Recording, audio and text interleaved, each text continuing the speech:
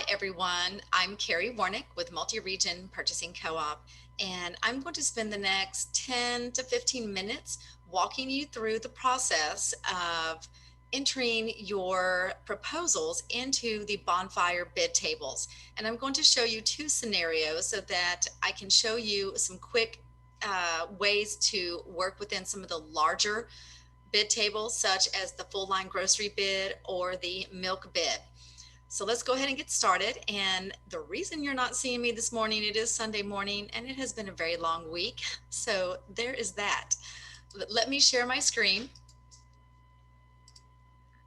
All right, so the first screen we're looking at is just simply the multi-region co-op website. And if you go to the CN for Child Nutrition Vendors tab, which we are on, you will find all the details about all the new solicitations that we are offering for school year 21-22.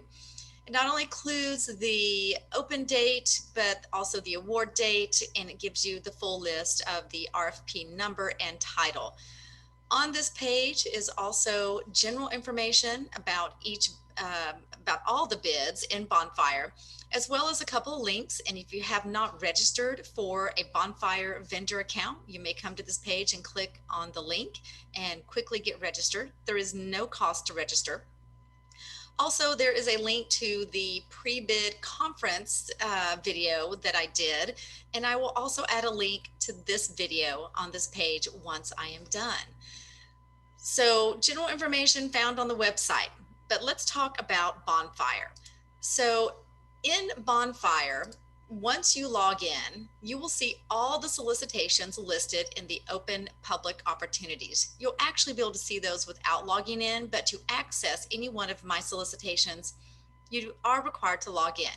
You will select the opportunity that you wish to review and potentially bid. And once you do that, inside the Bonfire program, you'll have the ability to download all the solicitation documents and also see the list of required documents that must be uploaded after you complete the required information. There are quite a few documents. I do encourage you to download everything from the files section, read through all the details carefully so you understand the bid, how to respond, and have a successful submission. But I definitely want to talk about in this video working through the Bonfire bid tables because they are a little bit different. So first, I want to go ahead and take a look at once you download a Bonfire bid table, what does it look like and how do you work within it? There are three tabs. You have an instructions tab, primary responses tab, and then if you wish to offer up any additional products or brands, technically really additional brands, additional responses, you've got that flexibility. The instructions will just simply remind you how the table works. You can copy and paste information from an Excel spreadsheet into the bid table, and we're going to talk about that in a minute. One of the things you can't do is delete any column or row. You can't add a column or row, and you also can't filter the columns. So what I'm going to show you with this first opportunity, and it's a smaller bid, the smaller bids, the vendors will have an easy time working directly in the bid table. My two largest bids, which is the full line grocery distributor and the milk bid, have either thousands of items or several pricing areas. Because they are so large, those two bids are broken up into service areas to make it a more fair and competitive bidding situation for large and small companies. The first look is this ice cream bid. Now, click on the tab primary responses and you're going to get a table that looks like this. It is a locked Excel spreadsheet. So there are only certain cells that you can actually touch and enter information into. Now, I will say, while you can't filter or rearrange, you can downsize the width of the columns by simply, grabbing the edge of the border and just pulling it over. So if you need to do that to fit onto your screen, you can certainly do that. To start with the bidding, you're going to obviously review the products. And I do have in the file section for every solicitation just a regular Excel spreadsheet called Attachment A, Product Specifications. So before you step into the Bonfire Bid Table, you may want to review that. It might be a little easier to look at, easier to read, or you can always expand the column that has the product description. You'll find the products you want to bid, and automatically in column D is going to drop in no bid. This is automatic. You have to tell me that you want to bid any particular product. And how do you do that? Well, you click on the cell in the row for the item you want to bid, select the down arrow, click bid, and that's going to change that to bid, and it turns green. But then it automatically tells you in column B, you have some missing information, and that's going to stay red until you satisfy all the required information as a bidder. As I scroll across to the right, and you'll see I've got recommended product brands and codes. I also, if there's an alternate, I'll list it. And if my districts have given me estimated quantities, that will also be listed. Some of the products may show 0. I still highly recommend you provide pricing if you offer those products. I will be honest, it's been a very challenging year for everyone in the child nutrition industry because of the pandemic. And as much as I gathered estimated quantities and reviewed current purchasing trends and historical data, we did the best we could in estimated quantities for all of our bids, and we would love to see pricing on all products specified. You do not have to bid every product. That is an option. However, we do look for vendors that can at least offer bid pricing on products estimated with quantities.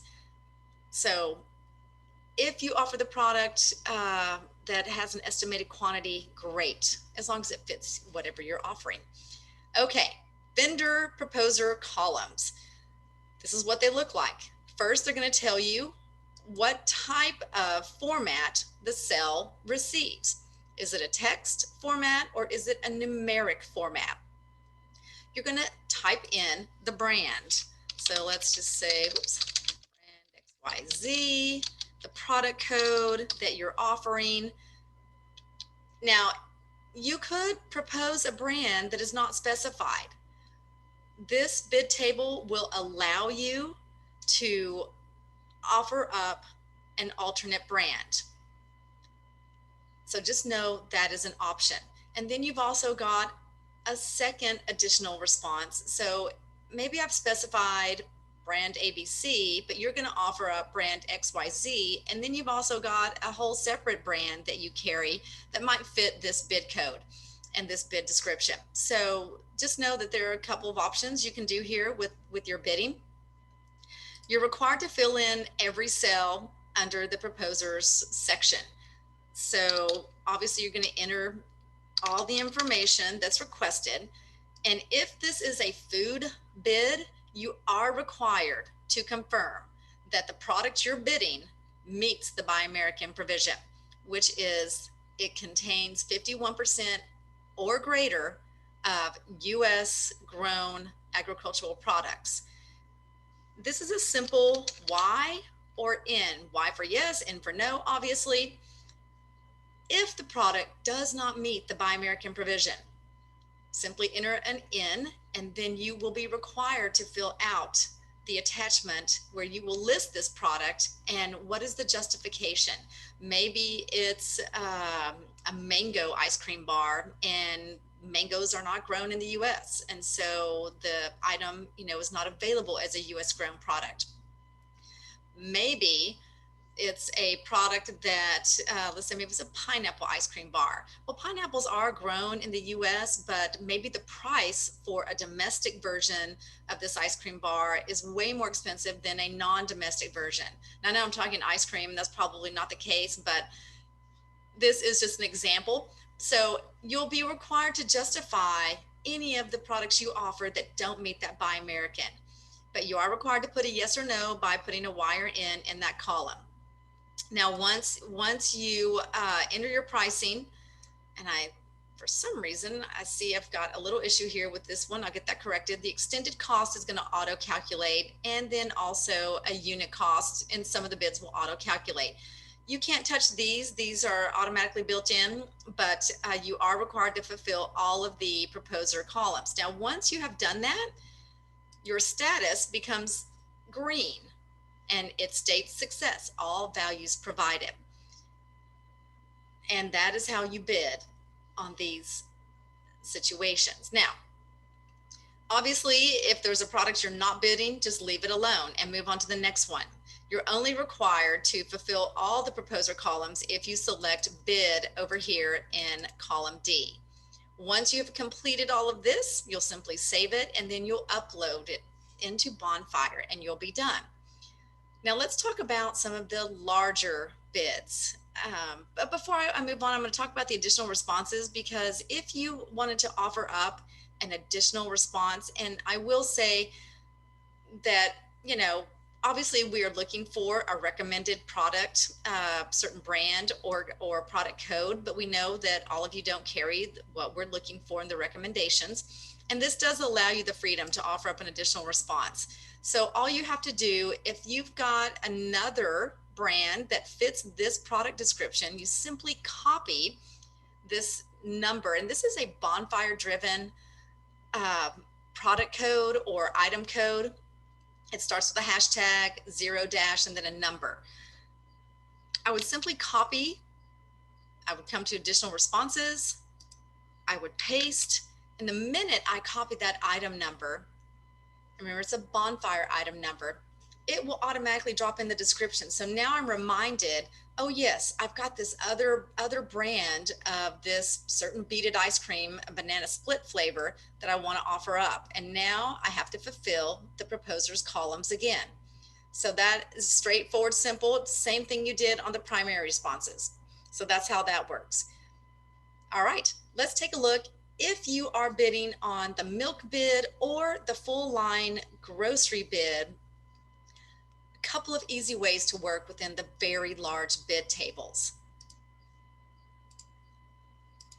Same thing, you're going to download the bid table, and it's got an instructions tab, it has a primary responses tab, and it's also got an additional responses tab. So the way this works, same way. If you were simply wanting to work directly from the bid table, you would follow the directions that I just gave and the walkthrough. You would select bid or no bid. You would enter the required information in the proposer's column. Now, one thing I will say about the milk bid and the full line grocery bid is that there are several service areas that you can bid. You can bid 1 or 2. You could bid all 3 or 4 or 5, or you could just bid all service areas one price, meaning all my districts get the same price for each item that you bid. It doesn't matter which ones you bid.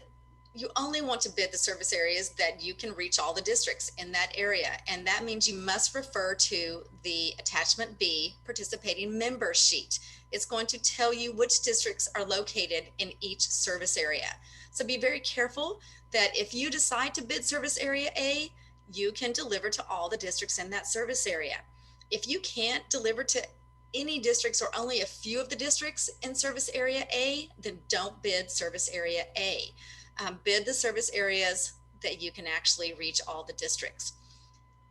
You can bid every single one of these service areas as a standalone A, B, C, D, or E on the full line grocery, and also all of them with one price. And it could be different pricing for different service areas. When I evaluate, I will be comparing the pricing submitted on each service area as a standalone service area. And then I will also then look at any vendor that bid one price for all districts against each standalone service area, so that I am ensuring the most fair evaluation and that I am looking at the best value for the districts. All right, but let's talk about how do we work with a bid table that is either quite massive because of the number of items listed. And I will tell you, the full line grocery bid contains about 3,000 items on the foods tab, hundreds on the non-food, and about 1,300 items on the commodity tab. And then of course we have a fresh produce tab. That one can be quite cumbersome, and you may want to divide and conquer amongst several staff members to get the bid pricing and all the requested data into the bid table. But I've got a workaround for that. If you're on the milk bid, there are several service areas as well, and you also have to offer up fixed firm pricing for with equipment and without equipment. So there are multiple cells to complete. You can work directly in the bid table, just like I showed you when I was working through the ice cream table. Or when you download the attachment A, product specifications for milk or full line grocery, you will notice they are set up the same way as the Bonfire Bid Table, which allows you to work within a regular unlocked Excel spreadsheet.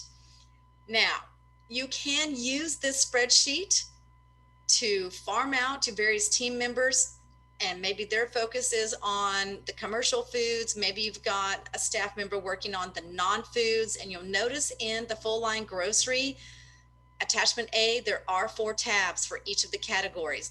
There is a correlating bid table for each one of these tabs. You may be having your produce department enter the information for the fresh produce, and maybe you have a dedicated commodities person. So this may be a great way to separate out each bid table, but there are a couple of tricks that I can show you that will make it a whole lot easier. So first, let's look at the Bonfire Bid Table. Now, here's one of the quick tips to show you when you are pricing and entering information. Let's say you are a vendor that is only going to offer pricing for 1 or maybe 2 or 3 service areas. The way the table works is once you say you're going to bid the product, you are required to fill in all the requested information. So I'm just going to throw out an example here. And maybe I'm only pricing area A, but I'm not pricing any of the other areas. The way this works is that I've got to enter something here to satisfy the status to make it successful, which means I'm going to need to enter a 0 because I am not offering any pricing or this product to that service area B or even C, D, or E. Quick and easy here. If this is my scenario, I can literally drag and pull over all the 0 entries. When I open this bid from you and I see you've only offered pricing in area A, I'm going to understand you're not able to reach areas B, C, D, or E, and you obviously can't reach my entire co-op. So we're going to evaluate you on your bid pricing for service area A. Let's say you've got several products that you have bid. What you can do is start by entering the information for all the products for service area A. Let's see, we're just going to do this. 100. I'm just making up stuff as I go here just to show you an example. And all right, so let's say you get all your items bid for service area A. You've entered your pricing and you're not bidding these other service areas. Well, here's a quick way to handle this. You can highlight either all the way across if you're not bidding any of these service areas, or if you're not bidding area B, you could highlight and drag and pull down. I could drag and pull down. If I'm not offering here, I can drag across and very quickly fill in the zeros so that you're not having to enter 0 in every single cell as an individual entry. Use the drag and drop or the drag and fill option because it will make this go a lot quicker. Now there's another thing you can do with the regular Excel spreadsheet. And again, this one has the additional responses if you want to, offer up an additional item that you carry. Another thing you can do if you are separating out the attachment A. So this is an unlocked Excel spreadsheet, which means you can sort and filter in all kinds of ways with each of these columns, not those columns, but these columns. Maybe you have someone working on certain companies. Maybe you're going to divide this up by 3 or 4 sections by alphabet. Maybe there are certain types of products, that you want to look at or farm out to a various team member. That's all good. However, the key here, if you're going to use this Excel spreadsheet and then copy and paste into the Bonfire Bid Table, is that you leave it in or regather it in the same order through the bid code number as the Bonfire Bid Table. That is so key, I can't even tell you. So while this might be a much easier way to quickly get information in and also have several people working on it, just be very careful that you don't delete columns, delete any rows, and you leave it in the same order when it comes back together as the Bonfire Bid Table. So what can you do here? All right, so we can do a brand 1, brand 2. Oops, it's early.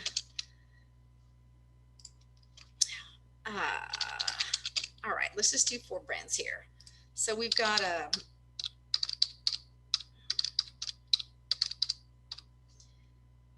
and we're just gonna do, and maybe I'm only gonna do service area A. So get my pricing in. All right. Now I've got everything entered here, and maybe I had team members working. I've copied their pricing over into this regular spreadsheet. And now I'm ready to enter my information into the Bonfire Bid Table. I ensure that I'm in the same order as the Bonfire Bid Table, which is ascending A to Z with the bid code. Then I'm going to copy, and you could enter zeros over here if you wanted to, and copy that as well. But I'm going to copy this area. I'm just going to Control C. Step back into my Bonfire Bid Table and starting at the top, because this will not change the order because we don't have a way to filter the order. So it's automatically going to be in that ascending order. And I can literally just drop in what I just entered in the regular Excel spreadsheet. I literally just did a Control V or paste into the Bonfire Bid Table. Now, obviously I've got to click on, bid or no bid, but there's also a quick way of doing that. If I highlight, pick up one that's already green and I copy it, I can simply paste. I could just go down the list and paste that right in and then copy and paste my information. Again, I've got these zeros. I need to pull those down. Once I get all the information in the proposer columns, everything turns green and I get success notification. Now I do have one calculating column in the full line grocery, and it's just for those that bid this one service area. This is a requirement in the Bonfire Bid Table and I can't delete it, but to create a bunch of calculating columns seemed unnecessary. So that's why you'll see this. Don't worry if it's showing 0. When we evaluate, we'll be evaluating specific pricing areas against each other. So not a big deal over there. Hopefully these hints will help you work through this process a lot quicker and easier, allow you to separate it out in ways that won't be so cumbersome on one person, and get through it a little bit easier. I know it's a lot, and I do apologize. It's a big co-op, but hopefully these hints help you and give you some insight on how to successfully bid and get your response submitted. Thanks for watching.